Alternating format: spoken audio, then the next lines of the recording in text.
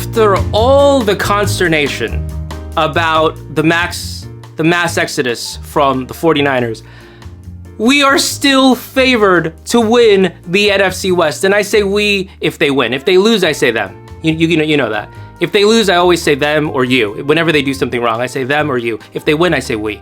But yeah, after everything that's happened, the 49ers and I are still favored to win the NFC West. This is a different era for the 49ers. You want to be surprised? Yeah, I mean... The books don't agree. The book, I can't even believe this. They're the favorite to win the NFC West at plus 105. I'm blown away by that. I mean, first off, I want to be like, go put money on the Rams right now. Well, the Rams are definitely my pick. Let's talk about the Rams for a second. So they have retooled their defensive line after Aaron Donald retired. They've done a great job. They've had a couple of really good drafts in a row. So they are scary at defensive line. By the way, Nick Bosa makes more than the entire Rams defensive line.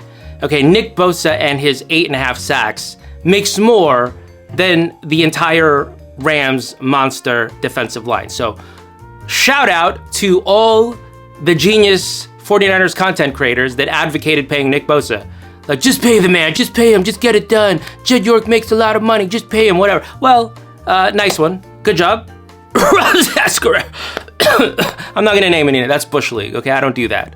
But nice one. But yeah, worthless Nick Bosa and his Leonard Floyd level production. By the way, they cut Leonard Floyd. That's how much they care about 8.5 sacks. Worthless Nick Bosa is making more than the entire Rams defensive line. Offensively, everyone expects the Rams to be really, really good. They have Puka Nacua. They've added Devontae Adams. They've kept Matthew Stafford. But can I just say, this is sacrilege. Okay, this is blasphemous to say. But I feel like Matthew Stafford actually sucks. I feel like he sucks. We play them twice a year. When has he ever been super impressive, Matthew Stafford? I know he had one Super Bowl. Honestly, he should have lost that NFC Championship to Tom Brady, where he just chucked it at the last minute. He just chucked it. Guy came down. He had no idea where that ball was going. He just chucked it. Come on. He should have lost that NFC Championship. He got lucky in the Super Bowl. So I never felt like Matthew Stafford was that good. Look at these numbers here. This is the flirting versus harassment meme right here. Okay, if Brock Purdy put up these numbers, what would they be saying about Brock Purdy? Okay, if Matthew Stafford puts up these numbers, you gotta pay him. You can't let him go. Oh my God, he makes you a Super Bowl contender when Matthew Stafford does it. But yeah, he's now another year older. He's injured a lot as it is. Now he's another year older.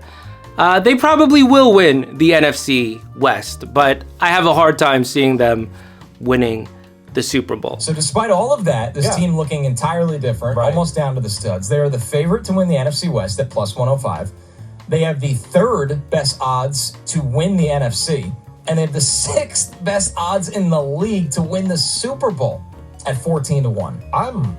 I'm blown away. Yeah, the 49ers and I currently have the sixth best odds to win the Super Bowl. I wouldn't necessarily bet money on that. Now, I see some of your comments saying Jed York is being cheap. What's his problem? I'm no fan of Jed York, but I feel like, come on, dude. After they went to him and told him to give Javon Hargrave $80 million, after they went to him and told him to give Nick Bosa $170 million, give Ayuk $120 million, give Trent Williams $120 million, and for what? What has it gotten him? I think it's reasonable for upper management to try to exert some control again. I think that's fair. I don't like Jed York, but I think that's a fair thing to do. But I do see some other comments here saying like, I don't understand the plan. What are they doing? What's the plan here? I don't understand how you cannot understand the plan. Like, what do you mean you don't understand the plan? We're old, we're slow, we're injured, and we're expensive as hell. We need to get young, fast, healthy, and cheap. That's it. That's the whole plan. What's there to... What do you mean you don't understand the plan? I actually wouldn't mind missing the playoffs next season because it puts us in great position heading into 2026. Okay, you've got the previous drafts with Jair Brown, Mustafa, Gorendo, Pearsall, Pooney, all these guys, right? And then you've got 12 picks this draft. You hope for a 50% hit rate, so that's 6 good players, ideally. And then you head into 2026 with a great roster and a chance to go big game hunting in free agency. You get a chance to make a big splash in free agency to complement all these young players heading into their early prime. That is a great plan, assuming they don't screw it up. That is a great plan. And I can't understand how you can't understand that. Like, what do you like right now? Like right now, am I talking super fast? Let me calm down. I'm sounding hysterical. Let me calm down.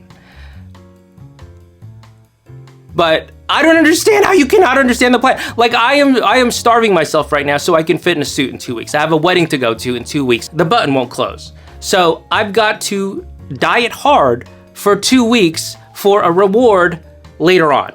Okay, it's called delayed gratification, which I'm sure you are familiar with in life. I don't understand why you don't apply that same logic in sports. Well, what are you talking about? You don't understand the plan. Can I also say one of the biggest problems the 49ers have is at kicker. If they had a replacement level kicker last season, they probably win 8 or 9 games.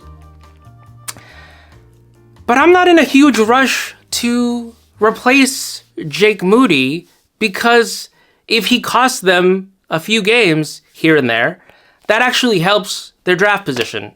So I kind of view Jake Moody like a salad. Like, I'm not really into salads, but that's what I have to do right now. I have to put up with it. So, yeah, Jake Moody is like a salad with like no dressing. Here's some like vinaigrette. That's all you get. I want ranch. No, you can't have ranch. Thousand Island. You can't have Thousand Island. You have to just put vinegar with some olive oil, and you have to like it. That's Jake Moody.